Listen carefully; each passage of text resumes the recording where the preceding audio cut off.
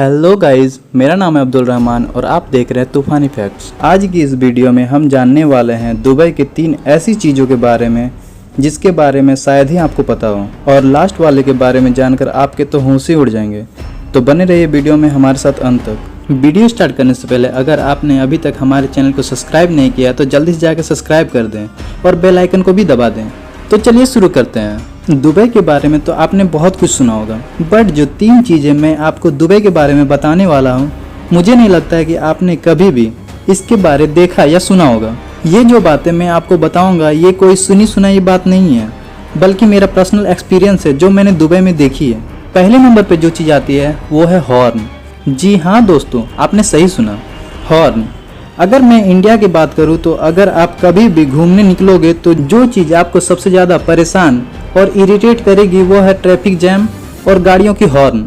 जहां इंडिया में बेवजह हॉर्न बजाकर लोग खुद को गर्व महसूस करते हैं, वहीं दुबई में हॉर्न बजाना किसी गाली देने के समान है। ऐसा नहीं है कि दुबई में गाड़ियों की कमी है या वहां की गाड़ियों में हॉर्न ही नहीं है। दुबई में लोग हॉर्न तब भी बजाते हैं जब बहुत ज़्यादा इमरजेंसी हो, और इसकी एक वजह यह भी है कि दुबई में रूल्स बहुत ज़्यादा स्ट्रिक्ट हैं। ऐसा नहीं है कि दुबई में ट्रैफिक जैम्स नहीं लगते हैं, ट्रैफिक जैम्स वहाँ भी लगते हैं, बट वहाँ के लोग रूल्स को फॉलो करते हैं, इसीलिए तुरंत ट्रैफिक क्लियर भी हो जाता है। और हमारे भारत में रूल्स को कितना ज़्यादा फॉलो किया जाता है वो तो आपको अच्छे से पता ही होगा। मेरा इस वीडियो को दिखाने का पर्पस यह नहीं है कि मैं इंडिया की बुराई कर रहा हूँ, बल्कि मैं यह दिखाना चाहता हूँ कि हमें किन किन चीज़ों में सुधार करने की ज़रूरत है। अगर हम इन 3 बातों को फॉलो कर लें तो हमारा इंडिया और भी बेहतर हो सकता है। अगर मेरा इस वीडियो को बनाने से एक भी इंसान इन चीज़ों को फॉलो करने लगता है तो मेरा यह वीडियो बनाना सफल हो जाएगा। दूसरी नंबर पर जो चीज़ आती है वो है जातिवाद। एक कहावत तो आपने सुनी ही होगी, हिंदू मुस्लिम सिख ईसाई आपस में है भाई भाई। हमें बचपन में स्कूलों में यही सिखाया जाता था, क्यों है ना? हर इंसान को यह बात पता है, फिर भी हमारे भारत में जातिवाद को लेकर हमेशा हम लड़ते ही रहते हैं, और इस लड़ाई से ना मुस्लिम भाइयों को प्रॉफिट होता है और ना ही हमारे हिंदू भाइयों को। इससे सिर्फ एक ही इंसान को फ़ायदा होता है और वो है नेता। बाकी ना आज तक कभी किसी को फ़ायदा हुआ है और ना होगा। दुबई के बुर्ज खलीफा पर इंडिपेंडेंस डे हर साल मनाया जाता है, सिर्फ इंडिया का ही नहीं बल्कि पाकिस्तान का भी।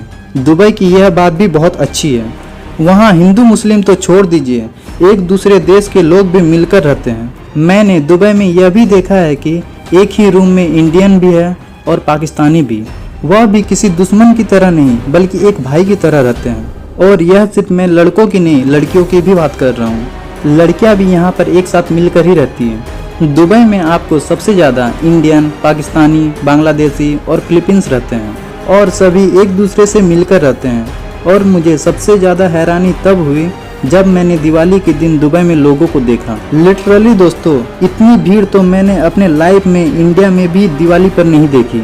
जबकि दुबई एक अरब देश है, फिर भी वहाँ पर एक हिंदू को भी उतना ही सम्मान मिलता है जितना एक मुस्लिम को मिलता है। जैसे हम ईद में मिलते हैं वैसे ही लोग दिवाली पर वहाँ मिल रहे थे, और सिर्फ इंडियंस ही नहीं बल्कि सब देशों के लोग एक साथ मिलकर दिवाली मना रहे थे।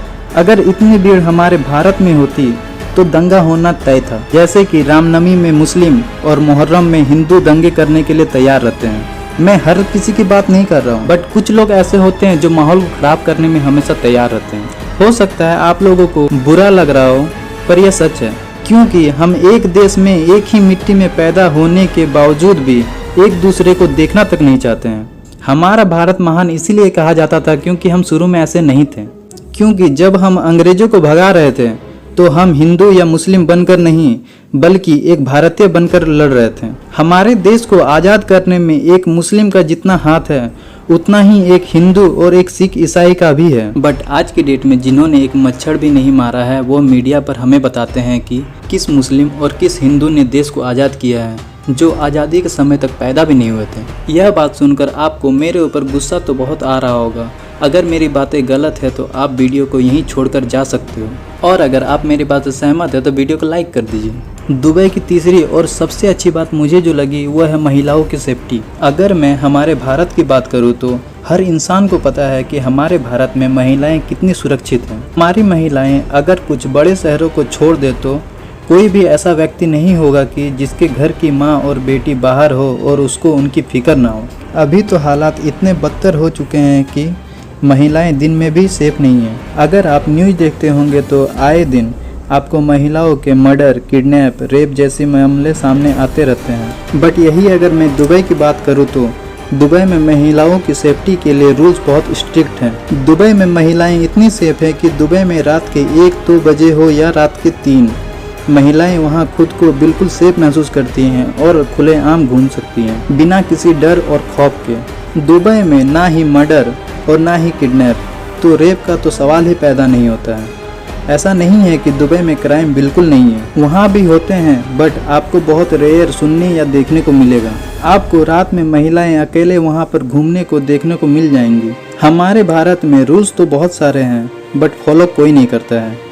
इसका सबसे बड़ा रीज़न है इंडिया में करप्शन बहुत ज़्यादा है। अगर कोई अमीर इंसान क्राइम करता है तो उसको कभी भी सज़ा नहीं होता है और अपने पैसे के दम पर वह बाहर आराम से घूमता है। और एक गरीब इंसान हो या किसान, रोज़ महंगाई और गरीबी से जूझता रहता है।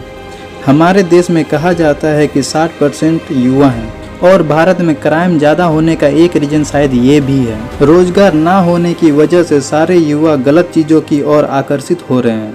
अगर दुबई की तरह हमारे भारत में भी रूल्स को स्ट्रिक्ट कर दिया जाए तो हमारी माँ और बहनें भी बिना किसी डर के आज़ादी से बाहर निकल सकती हैं। आई होप आपको आज का वीडियो पसंद आया हो। आपको इस वीडियो में क्या अच्छा लगा कमेंट में हमें जरूर बताएं। अगर वीडियो पसंद आया तो वीडियो को लाइक और चैनल को सब्सक्राइब जरूर करें। मिलते हैं नेक्स्ट वीडियो में, तब तक के लिए बाय बाय।